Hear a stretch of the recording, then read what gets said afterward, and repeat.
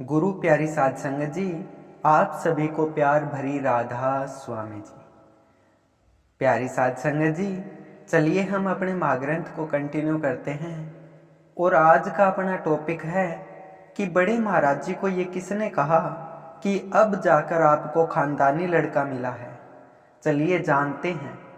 प्यारी साध संगत जी, होनहार बीरवान के होत चीकने पात, इस प्रसिद्ध मुहावरे का शब्दात्मक अर्थ तो यह है कि जो लोग भविष्य में चलकर महान कार्य और कुशलता में प्रवीण होते हैं, उनकी पहचान उनके बचपन में ही हो जाती है। इस मुहावरे की तरह हुजूर साहब ने भी अपनी उच्च क्षमता और प्रतिभा का प्रमाण आश्रम में आश्रित होते ही अपनी निष्ठुर सेवा भाव के माध्यम से पहले दिन से ही देना शुरू कर दिया था। जब हुजूर साहब आश्रम में शरणागत हुए तो उन्होंने अपने आप को पूरी एकाग्रता से सेवा में समर्पित कर दिया। आश्रम में उनका सारा ध्यान केवल बड़े महाराज जी और उनके सत्संग पर ही केंद्रित रहता था। शुरुआती दिनों से ही हुजूर साहब जब भी आश्रम में किसी को दिखाई देते थे तो वे किसी न किसी सेवा में ही जुटे मिलते थे। यदि आश्रम में हुजूर साहब किसी से बात करते दिखाई देते थे तो वे सिर्फ बड़े महाराज जी के फरमाए गए वचनों की चर्चा, गुरु की महिमा, नाम का गुणगान गाते ही मिलते थे। प्यारी साध संगत जी, जिस इंसान के हृदय में सच्ची श्रद्धा और प्रेम विद्यमान होता है, वे स्वयं ही बाहर प्रकट हो जाता है। उनको किसी को बताने की और प्रचार करने की जरूरत नहीं पड़ती। इसी तरह हुजूर साहब की तीव्र लगन भी सबको स्पष्ट नजर आने लगी और धीरे धीरे उनकी चर्चा आश्रम में आने जाने वाले सभी लोग करने लग गए। देखते ही देखते थोड़े समय के भीतर ही हर जुबान पर मास्टर की तारीफ के चर्चे रहने लगे। बड़े महाराज जी भी उनके आश्रम में आने के बाद उनके आचरण और सेवा भाव को देखकर काफी प्रभावित और आकर्षित हुए हैं। पर शुरुआत में उन्होंने जानबूझकर हुजूर साहब की तीव्र लगन और विरह को अनदेखा कर दिया, क्योंकि उस समय बड़े महाराज जी अपने शिष्यों के प्रति एक मायूसी के दौर से गुजर रहे थे। क्योंकि हुजूर साहब के आश्रम में आने से पूर्व बड़े महाराज जी के शरण में रहे कुछ शिष्य ऐसी घटनाओं में संलिप्त हुए जिसकी वजह से उनका हृदय विश्वासघात से आहत था। वे शिष्य थोड़े दिन तो बड़े महाराज जी की काफी सेवा करते दिखे थे और बड़े महाराज जी ने भी उन्हें काफी लाड प्यार बख्शा। बड़े महाराज जी उन शिष्यों की खुशी के लिए उन पर सब कुछ निछावर कर देते थे, पर उन शिष्यों का थोड़ी ही दिन में स्वार्थ पूरा होते ही वे एक एक करके आश्रम को छोड़कर चले गए या फिर किसी गलत कामों में फंस गए।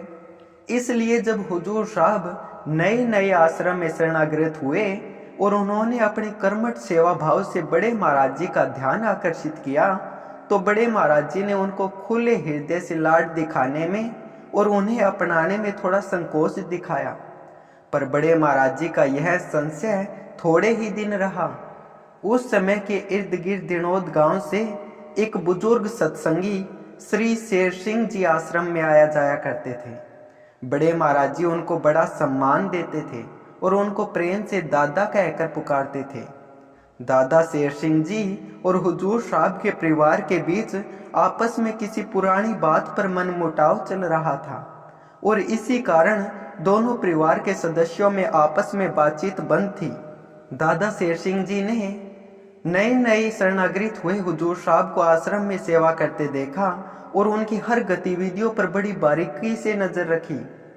एक दिन दादा शेर सिंह जी बड़े महाराज जी के दर्शनों के लिए आश्रम आए हुए थे और उनके कमरे के बाहर बैठकर दोनों साथ में चाय नाश्ता ग्रहण कर रहे थे।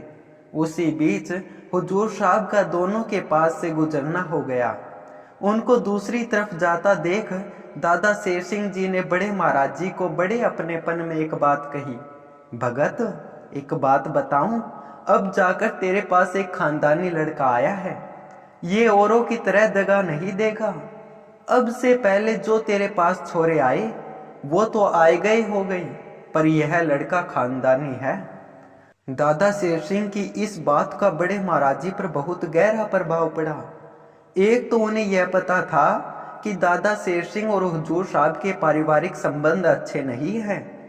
उसके बावजूद भी उन्होंने मास्टर की सराहना की, उनकी तारीफ की। दूसरा, उनके हृदय में हुजूर साहब के लिए उमड़ते प्यार को, जिसको उन्होंने पिछले अप्रिय अनुभवों की वजह से दबा रखा था, उसको हरी झंडी मिल गई थी।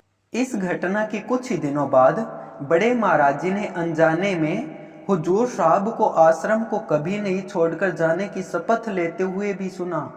हुजूर साहब की पवित्र भावनाओं से प्रेरित होकर बड़े महाराज जी ने फिर अपने हृदय में बसे सभी अवरोधों को छोड़ दिया।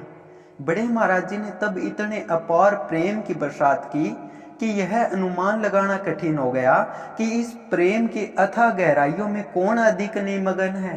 प्यारी साध संगत जी, कल फिर यहीं से हम अपने महाग्रंथ को कंटिन्यू करेंगे।